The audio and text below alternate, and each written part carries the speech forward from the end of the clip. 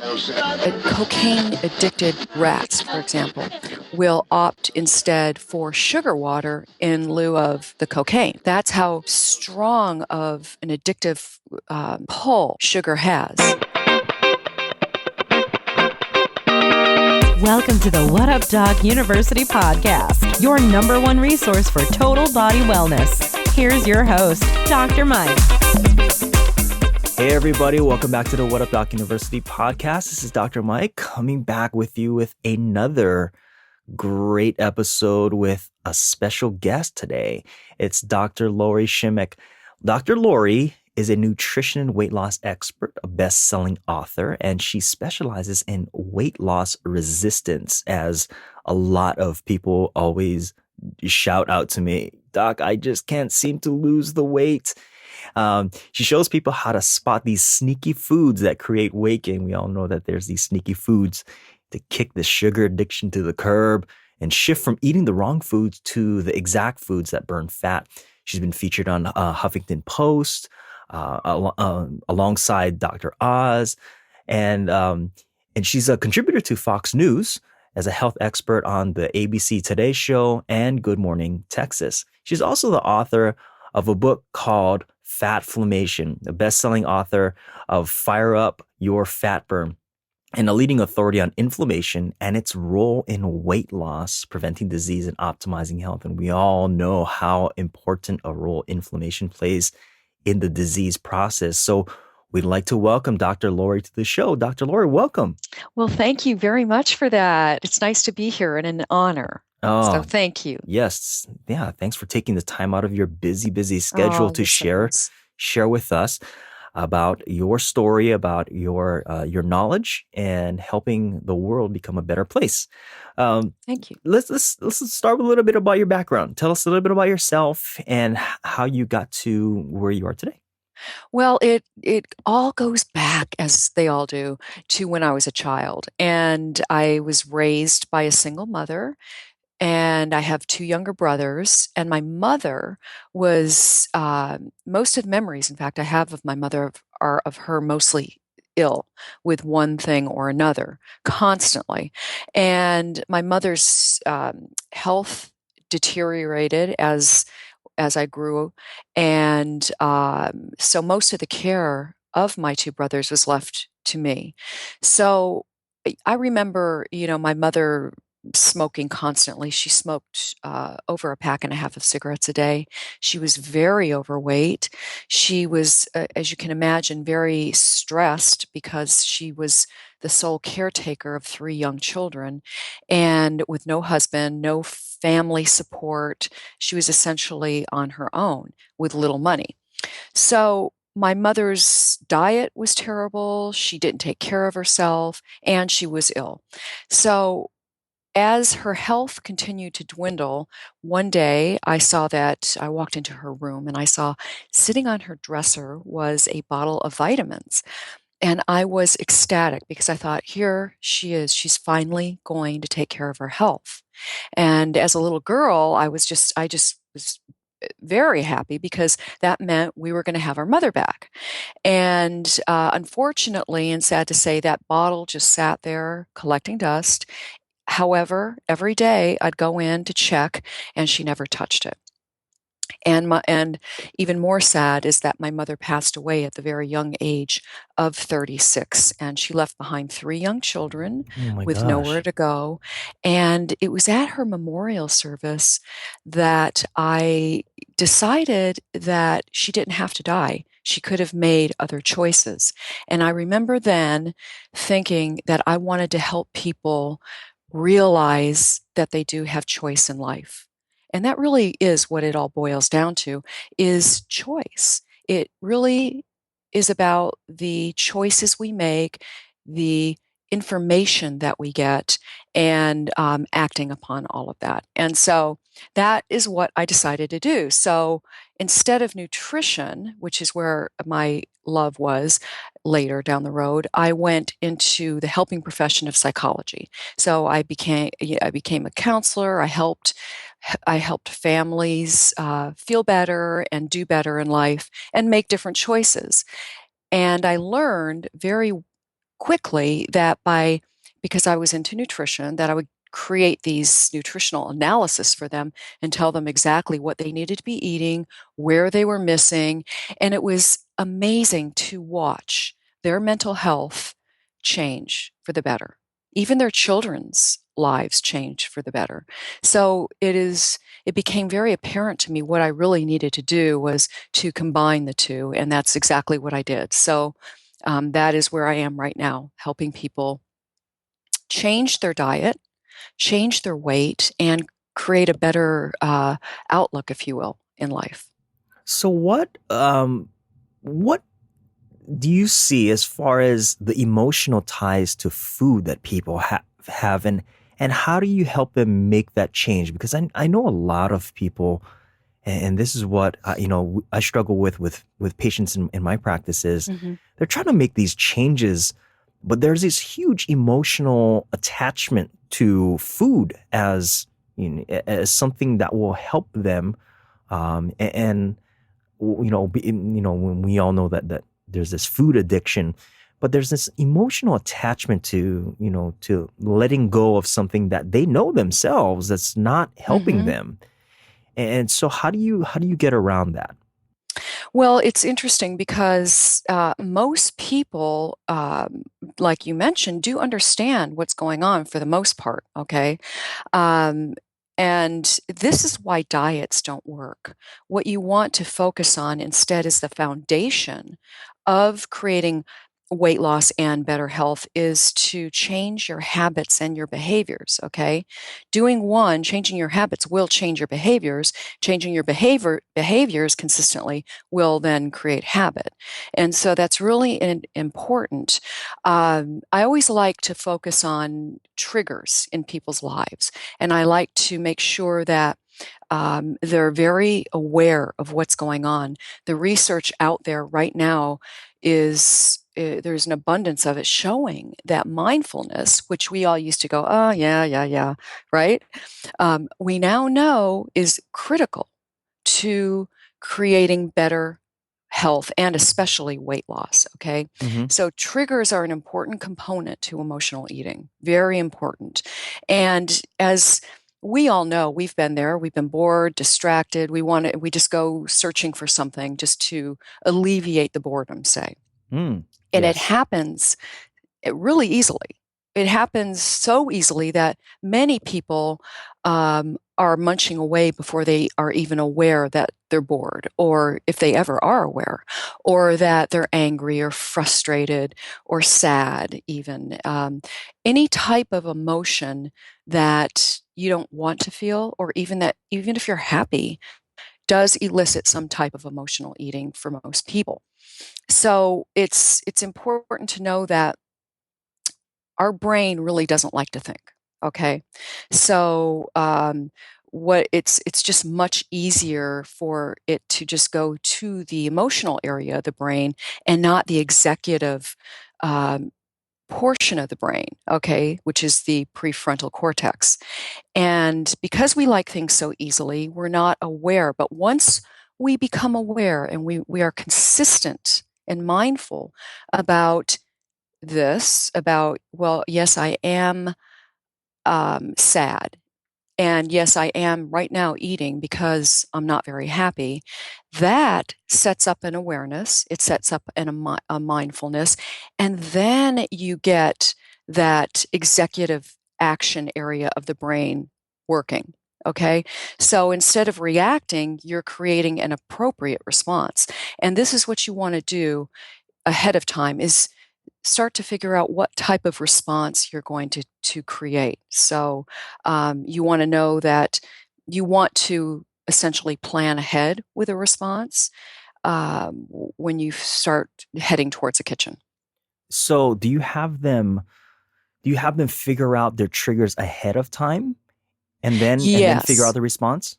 absolutely. Yes, that's exactly right.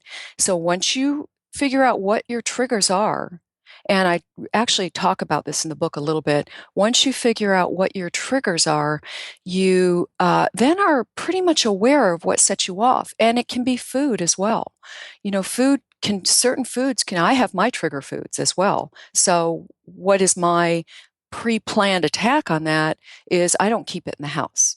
Ah, And the same very goes simple. for, right, the so if something sad happens or something and you react to that, or you're depressed and you know that your comfort food is in the house, you don't keep that there.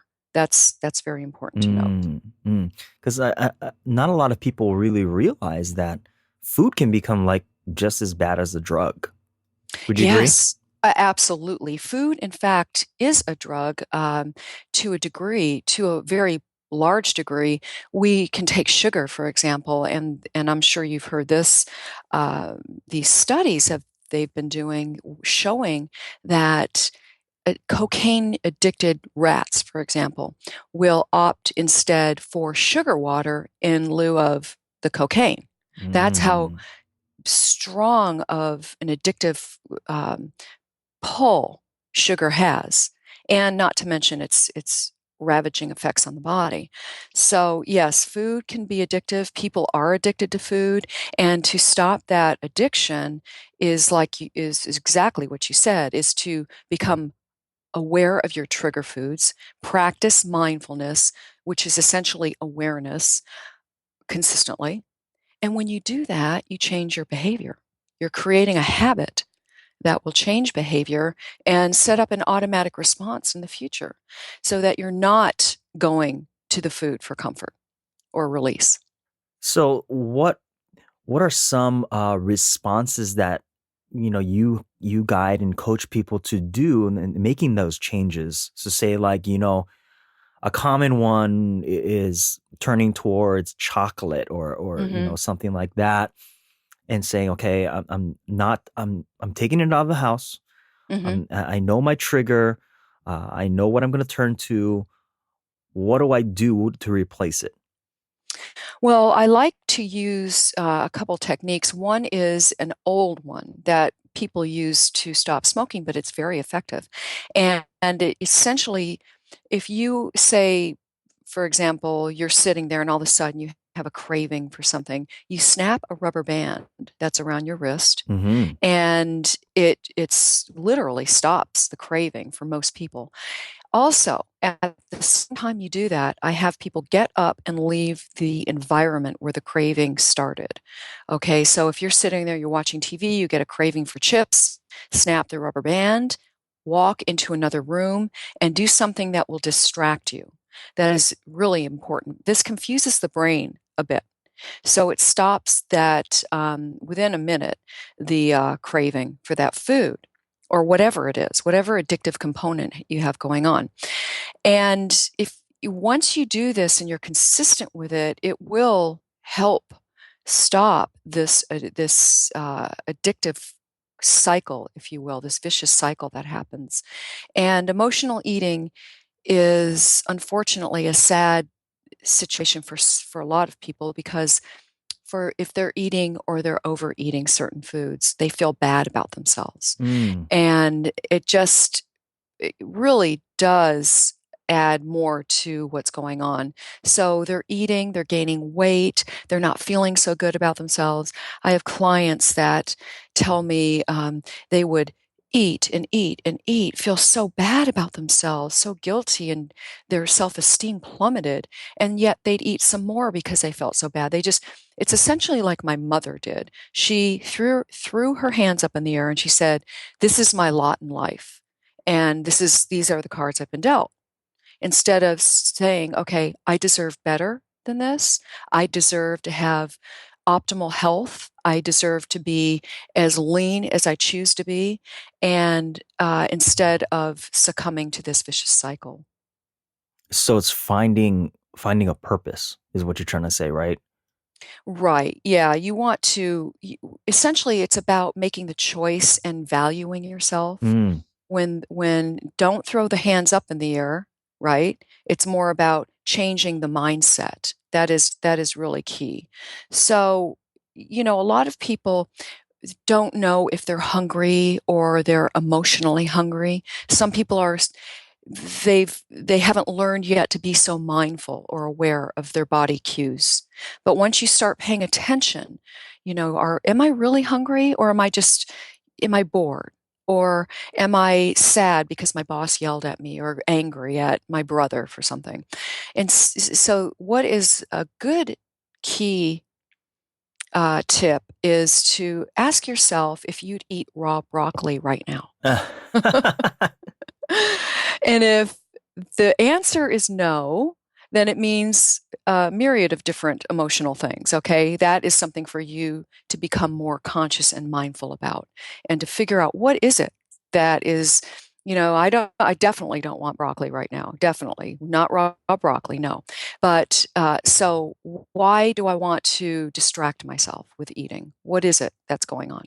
And those are questions that are very important to answer, because once you do that, you're on the road. You're on the road to better health, better weight loss, and more. So let's talk a little bit about the book, Sure. FATflammation. Now, what what have you been finding as far as the role inflammation plays in obesity and these other chronic degenerative diseases? Well, for one, it is the core cause of weight gain, inflamed fat cells. Okay. Okay. So when you have inflamed fat cells, they are like little factories. We have about roughly 75 million of them. And when they're healthy, they are releasing stored fat. They're releasing fat the way it should be, not stored fat, but fat the way it should be, to be used for energy. Okay. But when the fat cell is unhealthy, it is actually storing fat and not letting it go. Mm. And so when this happens, a very low level of inflammatory molecules are being emitted. And this circulates throughout the body, and it sets up a metabolic reaction that causes a slowdown in the metabolism. And this means more weight is being packed into that fat cell. And it means more weight gain and inflammation. It becomes a vicious cycle, actually. So you can think of your fat cells as these little factories that are spewing out inflammatory molecules 24/7. And this is important because a lot of people are wondering, well, why do I feel so crummy? Hmm. Why do my joints hurt? Why? Because we have inflammation, and this inflammation, low level, circulating throughout the body. And it's not any different than having low level inflammation set up somewhere else in the body, such as the arterial wall, for Hmm. example. You'll have an area on the wall of the artery that begins to emit low level inflammation, eventually resulting in plaque. Well, we have here with silent inflammation, again, this is just like any other inflammatory reaction. It's an immune response in the body that is creating this weight gain. And people, especially belly fat emits a very high amount of these inflammatory molecules. And in fact, it's unfortunately one of the most stubborn areas for people as well. Right. Yeah. So it's very important to take care of your weight, take care of the inflammation in your body. 75% of all people are walking around with low level inflammation and they don't even know it. So a lot of resistant weight gain is tied up with liver health. Okay, and gut health. And I write about both of those in my book, How to Fight Fatflammation. So your liver is your number one fat burning organ. Mm-hmm. And when it's not doing its job effectively, when it's being when there's an enormous amount of sugar one is ingesting, which most Americans do, you're glycating or caramelizing the tissue of the liver. So it's not detoxing the body the way it should be, and it's not doing its job at burning fat the way it should be. So when people tell me, they say, I'm frustrated with my weight. I'm exercising an hour a day. I'm eating whole wheat bread. Dr. Lori. And, not that they don't realize that a lot of Hmm. whole wheat bread out there has an enormous amount of sugar in Oh, it, right? tons. Yeah. So it's those things that really are important to note. Your gut health, again, is very important as well in weight loss. It's interesting you talk about the whole wheat bread thing and Hmm. about, you know, a lot of people, they have good intentions, right? Right. And good intentions of becoming healthier. And we've seen that the nation has been on, well, for the past couple decades, right? This fat-free diet. We don't want to eat fat because we think it makes us fat. And now instead of eating the white Wonder Bread, we're eating the whole grain, wheat bread. And then people are finding out, hey, this isn't good for us either. And then people kind of just throw their hands up in the air, like you were saying earlier, Hmm. and say, look, I don't even know what's right. There's so much conflicting information out there. What do you advise people to do in that situation?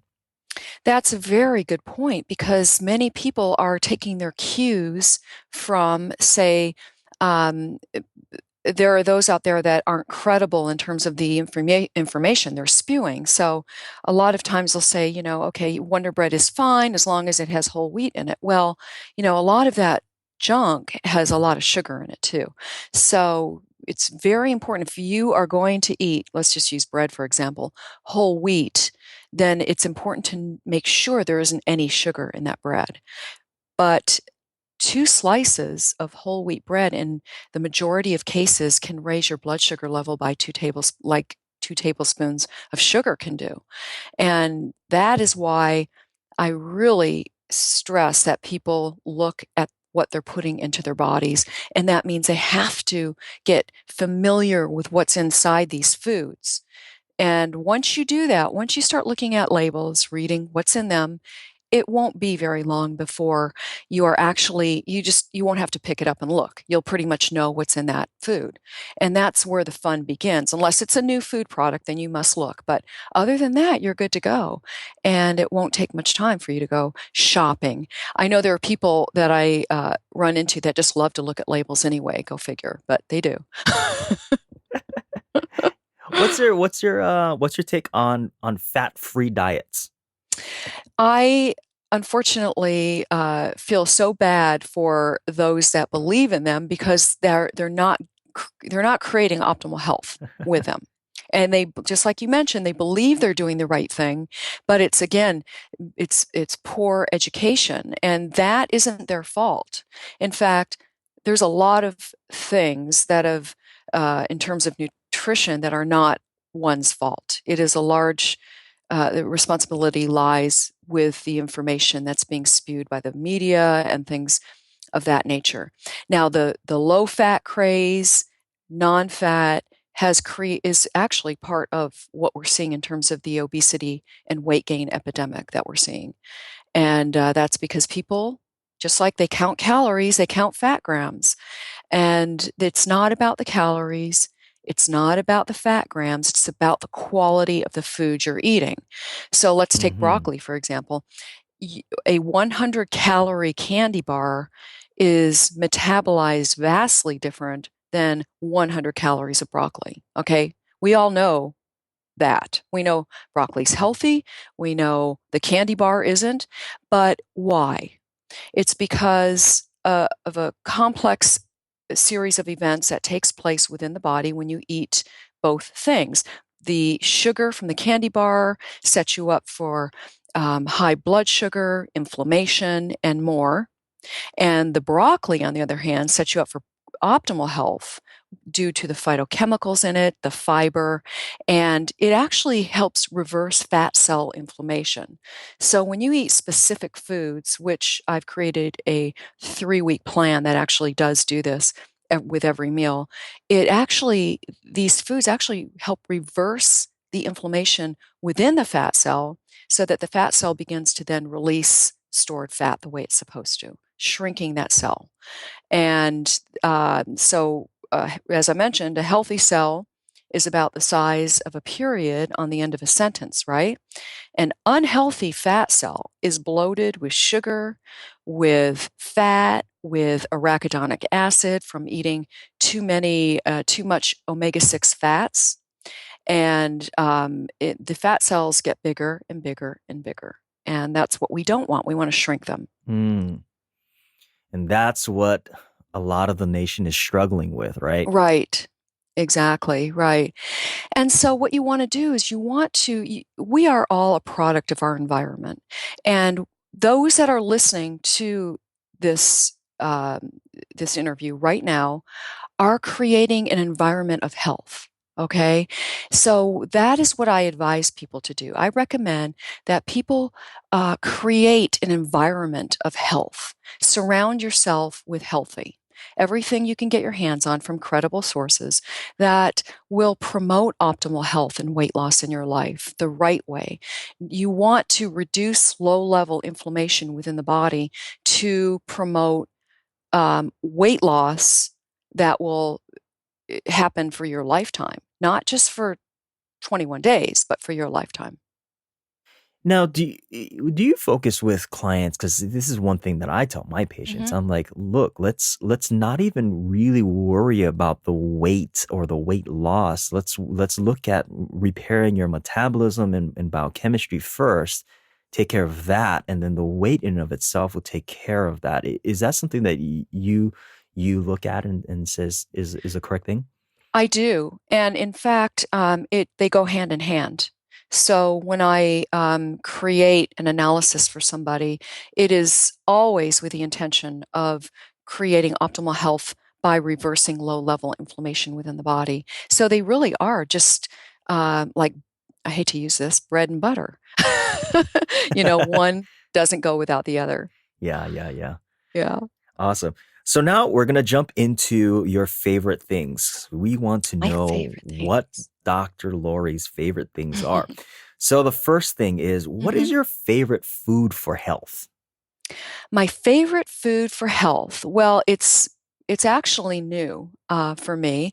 It's cauliflower crust pizza. Ooh, That is so delicious that I mean, it's super easy to make. It is so good for you. And I have had non-believers try it and fall in love with it. That's how good it is. is that the one you kind of what do? You shred the cauliflower and then Right. you make like you make a what do you call that? The pizza crust with that? Yes, Yeah. exactly. So I've seen that. there's a couple ways you can do it, but essentially you can put it in a food processor, Mm-hmm. or you can shred it like you with a handheld shredder. Mm-hmm. You can chop it up. You can steam it, chop it up, and then you add egg and you add cheese, and you then pat it out into a crust form, bake it till it's crispy. Then you bring it back, add your any topping you want, and however you want it, put it back in the oven until the cheese melts that you've put on there, etc., until it's warmed and bubbly, and you're good to go. So that's my favorite healthy thing. Love it. Do you have a favorite like supplement or a vitamin that you like to use with clients or yourself? Yes, I do. In fact, I take everything I recommend to my clients. And the number one, I'm asked if I had to pick just one, it's very hard to do. Okay. But I would say one would be fish oil, a very good quality fish oil, because it saturates the cells within the body, the fat cells as well, so that much like taking a washcloth, holding it under a faucet, and saturating that cloth with water. The same thing happens when you take that direct therapeutic dose of fish oil on the fat cell. It releases that stored fat and creates optimal health as well. Love fish oil. I know it. Um, Next one. What is your favorite exercise or fitness regimen? I use what I like to do is it's called high intensity interval training, or HIIT for short. And I do body weight exercises. So Those are my favorite. So it involves pretty much about 15, 20 minutes of jumping up and down like a silly one.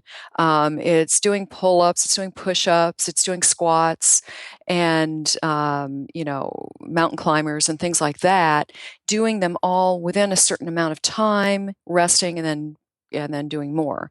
So you can do as many sets as you want, as many as you want, repetitions as you want. You can actually create your own. And I love it because, and for my clients too, because you start to feel the effects right away. If you've not done this, I suggest starting slowly. And you always start with where you are. You don't have to do anything drastic, but do what you can.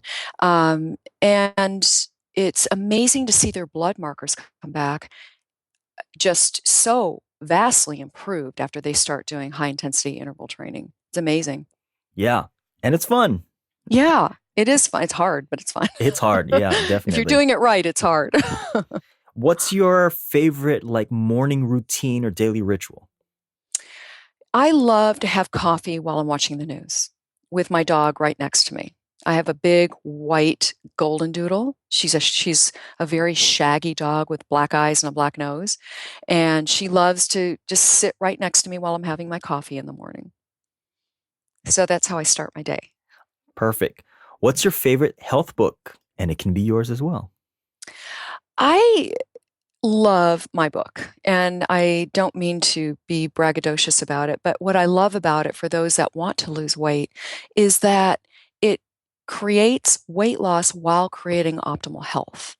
And it's a book to last a lifetime, and the health effects last a lifetime. Yeah, it is. It's very easy to read, very, very to the point. Thank you. And like you said, lasting a lifetime. It's very evergreen as well because it's not fad ridden, Right. I've seen so many of these diet books out there, and they're all based upon fads, But yeah, Dr. Lori's book is based upon Thank you. science. It is. Thank you for that. And then last one, what is your number one health tip? Well, there are many, as you know. Your favorite one? My favorite one that will make the most dramatic effect in somebody's life is to avoid sugar. Do not minimize it. Do not use it in moderation, but to avoid it. And that is because sugar causes glycation, or a caramelization of bodily tissue, which means that it's not only causing wrinkles and sagging skin, it's affecting, as I mentioned earlier, the health of your liver. It's caramelizing. If you see those the caramelized potatoes on the stove, the crunchy, crispy potatoes, that's pretty much what's going on inside the body. When sugar and proteins come together, they create this caramelization effect, and it changes the structure of the tissue within the body. And that means your organs, that means your skin, every tissue in the body. And it has a greater effect on some areas than it does others, but always the liver is affected. And the fat cells are as well. So when you stop ingesting sugar, which is the number one inflammatory food, if you can call it that, you will see marked results, not just in weight, but in your overall health and your energy. It's amazing.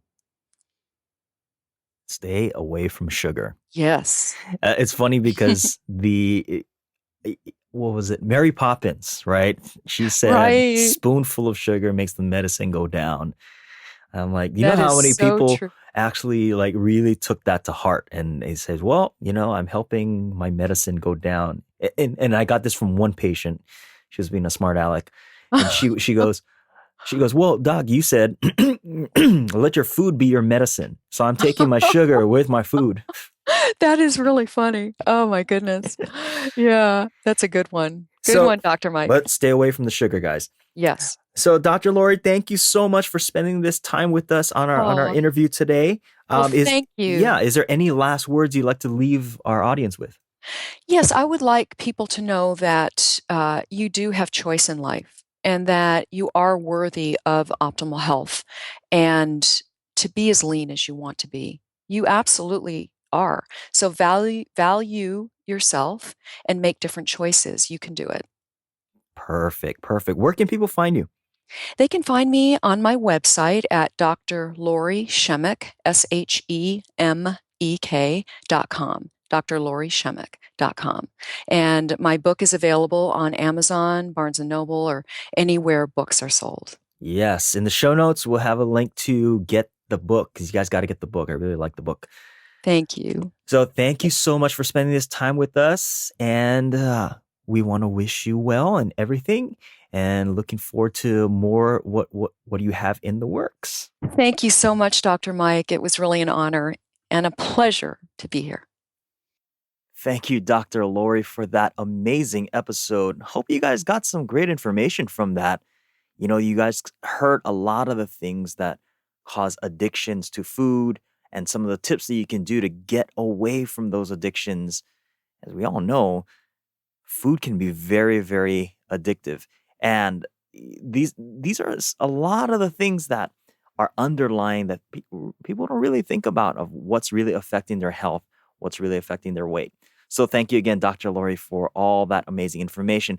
Head on over to the show notes for this episode, and there you can find the link to buy her book, FATflammation. You got to read it. There's so many great pieces of information in there that you can use to improve your life, improve your health. Now, if you guys are getting great value from this, please go over into iTunes and leave us a 5-star review. It really helps us. It really helps this podcast to get noticed. And with that, our mission is to get this information out to the world because a lot of people are being, I guess, overfed with the wrong information and they're making the wrong choices. And this is the one thing that I see in practice every day is people are coming in and they're saying to me, well, I've been trying all of these different things, but nothing seems to help.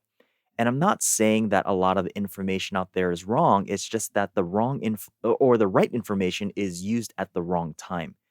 So the whole goal of this podcast is to give you that information.